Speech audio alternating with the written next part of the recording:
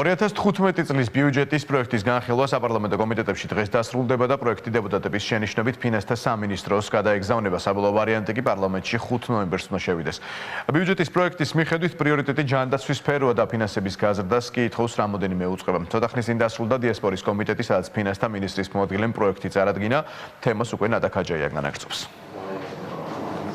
თავდაცვის განათლების და შინაგან საქმეთა სამინისტროების შემდეგ დიასპორის უწყება არის რიგით მეოთხე სამინისტრო, რომელსაც დაფინანსების გაზრდა სურს. 2015 წლის ბიუჯეტის პროექტის მიხედვით გელა დუმბაძის სამინისტროსთვის გამოყოფილია მილიონი ლარი. როგორც დიასპორის საკითხებში საპარლამენტო კომიტეტის თავმჯდომარე გუბას სანიკიძე ამბობს, მილიონი ლარი არ არის საკმარისი და საჭიროა ამ სამინისტროს გაეზარდოს დაფინანსება, თუმცა რამდენად მოხერხდება ეს ჯერჯერობით უცნობია, რადგან ფინანსთა მინისტრის მოადგილე გიორგი კაკაურიძე ამბობს, რომ ყველა უწყებას დაფინანსება ვერ გაეზრდება, რადგან პრიორიტეტი არის ჯანდაცვა, სოფლის მეურნეობა და ინფრასტრუქტურის სამინისტრო.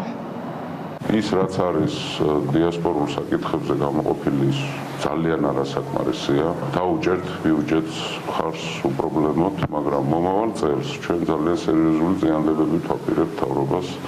წარუდგინოთ ის სტრატეგია თუ რა არის გასახორციელებელი. თუ არ დაკმაყოფილდა და ეს არის მხოლოდ ჩემი ბრალი იქნება, ესე იგი ცუდად ვმუშაობ და მაშინ ახლა მე აღარ მესმის, რატომ უნდა ვიყო თქვა ამ მიმართულების ხელმძღვანელი პარლამენტში. რაც შეეხება დიასპორის საკითხებში სახელმწიფო მინისტრის აპარატს, მიმდინარე წელს ჰქონდა 900.000, მომდევნო წელს გათვალისწინებულია 1 მილიონის გამოყოფა, მაგრამ აღსანიშნავია, რომ ეს არის ძირითადად აპარატის შენახვის ხარჯი და რაც შეეხება კონკრეტულ ღონისძიებებს, მთავრობის მოინდან როგორც მიმდინარე წელს მოხდა თანხის გამოყოფა, ასევე გასულ წელსაც მოხდა და მომდევნო წლებშიც კონკრეტული ღონისძიებების დასაფინანსებლად, რაც დიასპორულ ორგანიზაციებს უკავშირდება, შესაძლებელია მომდევნო წელსაც გამოიყოს თანხები.